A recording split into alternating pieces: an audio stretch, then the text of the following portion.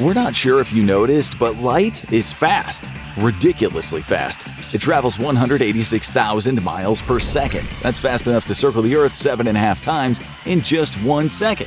It would take a jet plane flying at 500 miles per hour for 4 hours just across the United States. Light would have circled the planet 27,000 times in that same period. Light is truly in a league of its own. It's nature's ultimate speed limit. Nothing can go faster. But what if light, this unstoppable force, suddenly hits the brakes and slows down? Way down. How would the universe change? What would happen to life as we know it? Find out on today's episode of The Infographic Show. What if light was really slow? For most of history, people believed light was instant. Even Aristotle weighed in on this debate in ancient Greece, arguing that light didn't travel, it simply was. Well, it turns out Aristotle was very wrong. But it would take hundreds of years before anyone figured that out. Fast forward to the 1600s, and Galileo Galilei decided to tackle the mystery of light speed. His ingenious plan involved lanterns and hilltops. Okay, so it sounds simple, but give the man some credit, he was ahead of his time. 2 people were stationed on distant hilltops, signaling each other by uncovering lanterns. Galileo's idea was to time the delay between their reveals to measure the speed of light. Ambitious? Absolutely. Effective? Not quite. There was one problem though, light was simply too fast for Galileo's timing tools. But here's the thing, his experiment didn't truly fail and his curiosity didn't. And that's where every scientific breakthrough begins, with someone bold enough to ask the impossible. But in 1676, a Danish astronomer named Ole Romer cracked it, kinda by accident. He was timing Jupiter's moon Io as it disappeared behind the planet, and he noticed something strange. The eclipses didn't line up perfectly. When Earth was farther from Jupiter, the eclipses lagged behind schedule. But when Earth was closer, they arrived early. That's when Romer made a groundbreaking realization. Light didn't travel instantly, it just moved incredibly fast. Using the data, he calculated its speed to be around 131,000 miles a second. And once scientists had a number to work with, they kept on refining it. Over time, experiments got more and more precise, using rotating mirrors, toothed wheels, mountaintops, and even vacuum tubes. Eventually, they nailed it, 186,000 miles per second. But what if Romer's initial estimate was correct? So let's slow light down to 131,000 miles per second. Still fast, sure, but now it is noticeably dragging. On Earth, this slower light would create some surprising effects, especially in how we experience time and communication. But the real differences would be revealed over vast distances, where light's delay becomes impossible to ignore. Let's take a look at how a slower speed of light would affect the way we observe planets. But first, we need to learn a little bit of theory. We need to understand how light behaves when objects are moving. This brings us to a key concept, the Doppler effect. You've probably heard of the Doppler effect. It's the reason a passing ambulance's siren changes pitch. It rises as the ambulance approaches and it drops as it speeds away. As the ambulance moves, it compresses the sound waves ahead of it, raising the pitch, while stretching them out behind it, lowering the sound. Well, light behaves in the same way. Light isn't just a wave, it's also a particle, and just like sound, it experiences a Doppler effect. Astronomers have observed this for decades in the behavior of distant galaxies. As galaxies drift away from us, their light stretches, shifting toward the red end of the spectrum. This is known as redshift, and the farther the galaxy, the greater the effect. Now let's imagine this in a universe where light moves at a slower speed. The changes would be dramatic, and not just for the stars.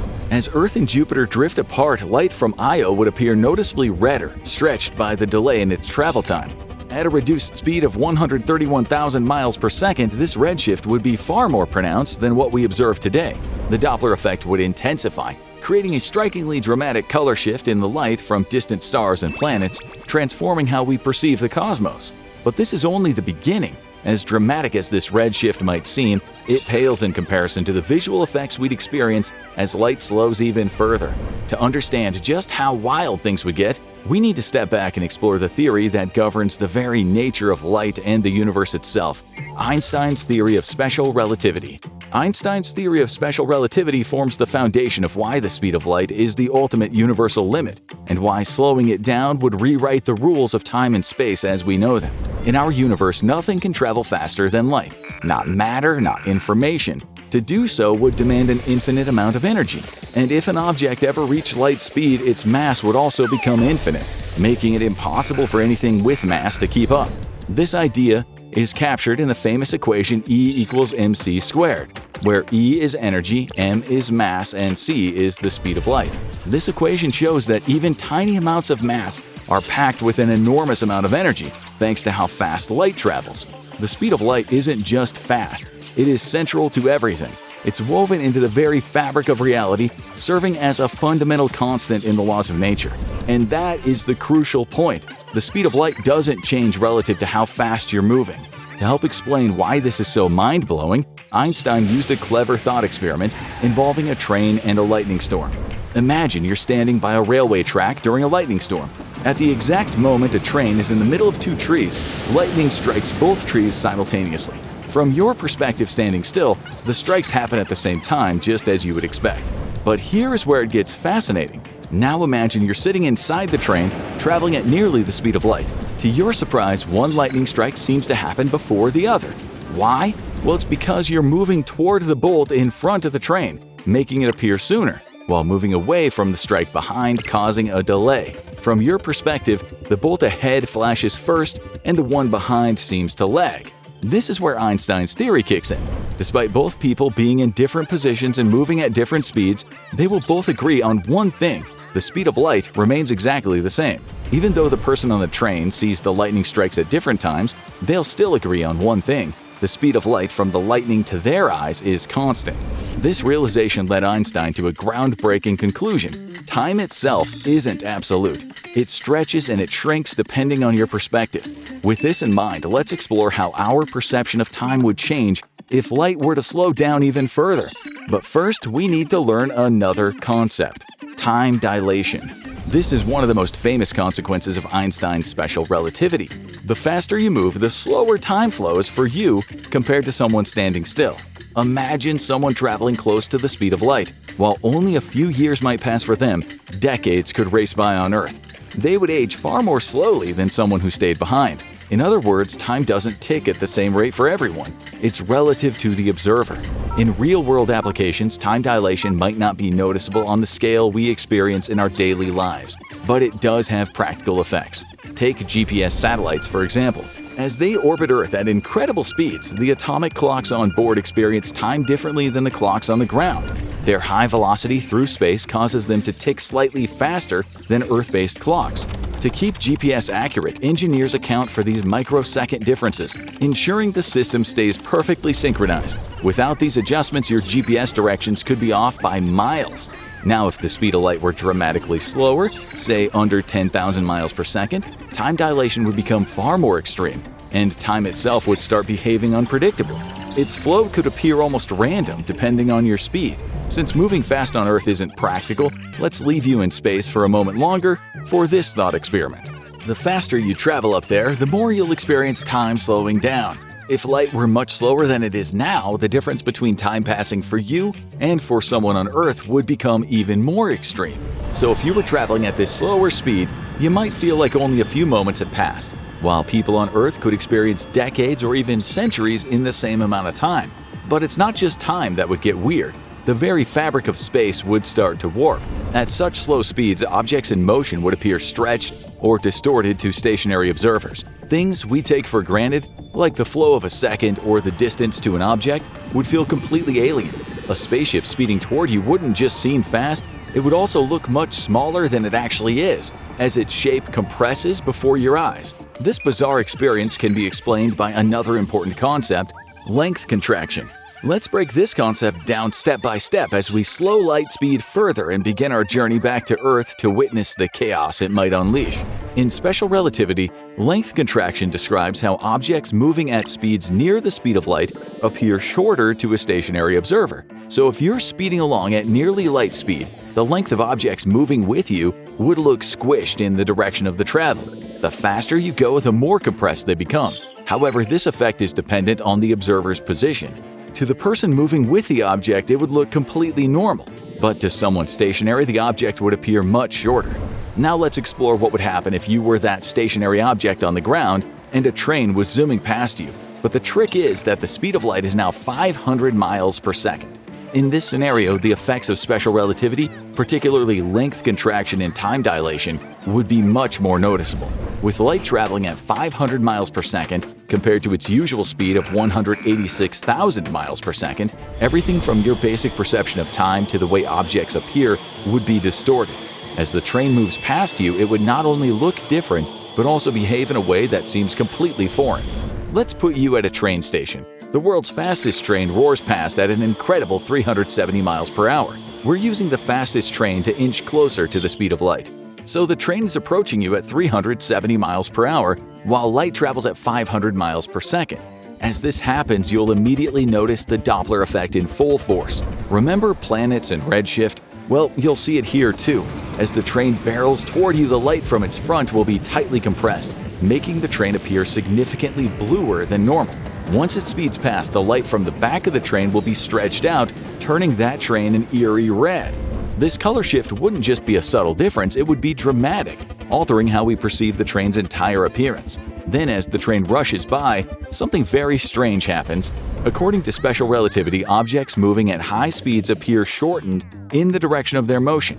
However, in this case, the light itself is moving so slowly that the train's length wouldn't just shrink. Instead, the way light travels from the front to the back of the train would cause the train to appear distorted.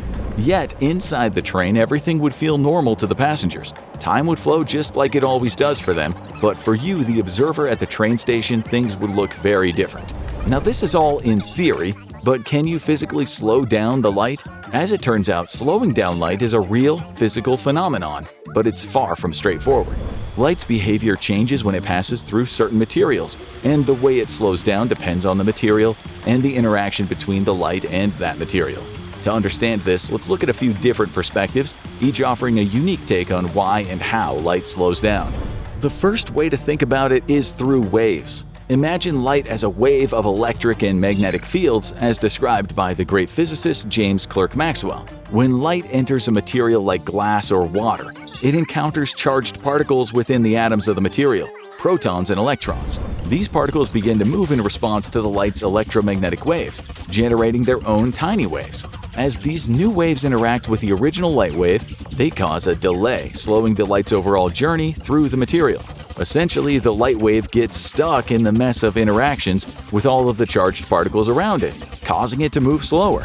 Now let's take a slightly different approach and think about the material itself. Every material, whether it's glass, water, or something else, is made up of atoms and molecules that are always in motion. Even in solid materials, these tiny particles are constantly vibrating. These vibrations create tiny disturbances in the material known as phonons.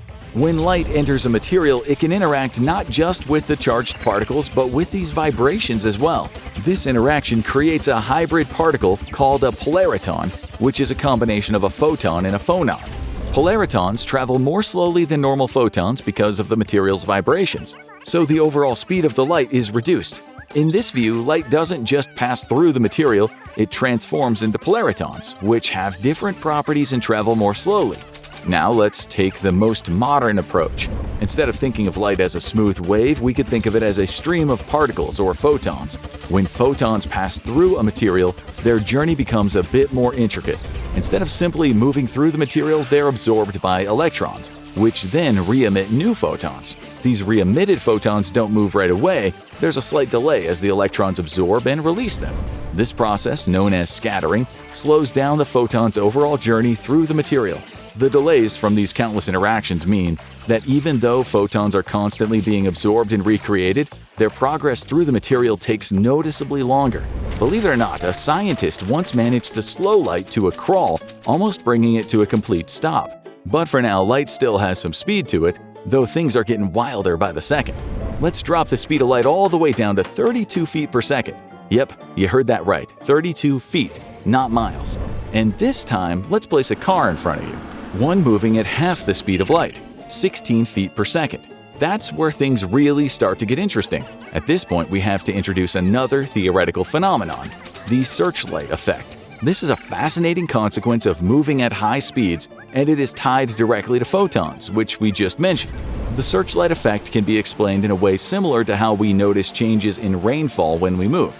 As you walk forward in the rain, you encounter more raindrops than you would be if you were standing still, because you're moving into the rain, but the back of you being shielded by your body doesn't experience the same level of rain. The same thing happens with photons when you're moving toward them. As you approach the object, you are essentially walking into its photons, which results in the object appearing brighter. This is the searchlight effect. Now let's take this idea and apply it to a car moving at half the speed of light, the slowed-down version. The car races toward you, and the photons coming from the car, which are already moving relatively slowly compared to the car's speed, would be packed more densely in the direction of travel. To you, the observer standing still, the car would look significantly brighter as it approached you because you are walking into the photons more than you would if the car were standing still. This results in a brightening effect as the car speeds toward you, making it seem almost as if the car was glowing more intensely as it draws nearer. However, things don't stop there. As the car passes and moves away from you, the opposite effect happens. Now you're no longer walking into the photons, instead you're moving away from them. This means fewer photons will hit you, and the car will appear dimmer as it recedes into the distance. As a result, the car appears darker as it leaves, because you're now effectively shielding yourself from the light that's being emitted by the car. Of course, you'd also experience other effects that we've already covered in this video, and each of them would become more bizarre if we were to reduce the speed of light even further. So let's do just that. Let's say the speed of light is now around 18 feet per second. This means the car is traveling at roughly 90% of the speed of light. The car now undergoes noticeable length contraction, but instead of looking squashed, it appears to have rotated slightly. This unusual effect is due to the interaction between the moving car and the slowed-down photons. The result is a warped, distorted view of the car, something completely outside the realm of our everyday experiences. On top of this, there are two more effects we're yet to introduce: the Lorentz transformation and the runtime effect. We've already mentioned objects warping in strange ways as the light speed reduces, but we didn't put a name to it. So the Lorentz transformation happens when you move at near light speeds, causing space and time to stretch and warp. Objects around you might appear compressed or stretched as if the world is bending around you. This warping of space becomes more noticeable as light slows down, turning your familiar surroundings into a surreal landscape. As for the runtime effect, it makes you see things from the past. Yes, the past. As you approach light speed, the light from objects takes longer to reach you, so you see them as they were moments ago, not as they are now. It's like watching the past unfold before your eyes, creating a strange visual delay. Now let's take this scenario into your own hypothetical experience. Let's say you're walking at an average speed of 4 feet per second, and that's also the speed of light. As you move, the world around you begins to transform in strange and dizzying ways. First off, light no longer behaves as you would expect. Since light takes different amounts of time to reach your eyes based on the distance, everything starts to stretch and bend.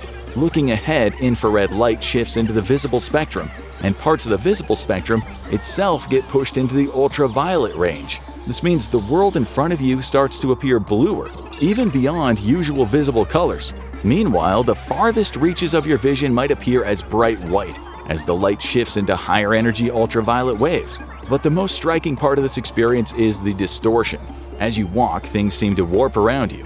Objects in front of you start to speed up, as if time is accelerating. On the flip side, things behind you slow down, as though they're frozen in time. In fact, because light takes longer to reach you from further distances, even the sight of your own feet is delayed by about 180 milliseconds. You're constantly seeing yourself in the past, and every move you make feels like you're part of a surreal time-bending reality. And this all happens at some 4 feet per second. Now, 4 feet per second might sound incredibly slow, but what if we took it all the way to 0? That's exactly what Lena Howe, a brilliant physicist at Harvard University, achieved in 2001. She created a Bose-Einstein condensate, a cloud of gaseous atoms cooled to nearly absolute zero, the coldest temperature possible. To make this happen, she vaporized elemental sodium in an oven, releasing the atoms before blasting them with a laser to slow them down, effectively halting their vibrations. This ultra-cold gas then became one of the most chilled substances on Earth. But the real magic occurred when a beam of light was directed through the sodium condensate. As it passed through, the speed of light dropped to a crawl. But Howe didn't stop there. She and her team pushed even further, successfully stopping the light completely. Howe and her team achieved this incredible feat by passing a laser pulse through a gas of sodium atoms. Partway through, they turned off a coupling laser beam, bringing the pulse of light to a complete standstill. Amazingly, when they switched the coupling beam back on, the light resumed its journey as if nothing had happened. Let's say that we're about to slow light all the way down or even stop it entirely. throughout the universe. What would happen? On a fundamental level, altering the speed of light would also alter the very fabric of space and time. Matter, which is intricately tied to light, would be severely affected. If other fundamental constants like the fine structure constant or the mass of particles also changed while altering the speed of light, the consequences would be catastrophic. Atoms would change in size and molecules might not hold together properly. The very chemistry that keeps us alive would likely fall apart, making it a short-lived experience. Even if you magically managed to survive this drastic shift, the universe would seem utterly alien to you, with colors shifting, time bending, and perhaps even parts of reality becoming entirely unrecognizable. In the end, it's easy to take the speed of light for granted, but its constancy is what shapes the very universe we live in. It defines how we see time, space, and everything in between. Without it, our reality would unravel in ways we can barely imagine. If the speed of light could change, how would you adapt to a world where reality constantly shifts and bends before your eyes? Let us know in the comments. Now go check out What If the Earth Stopped Spinning minute by minute, or click on this video instead.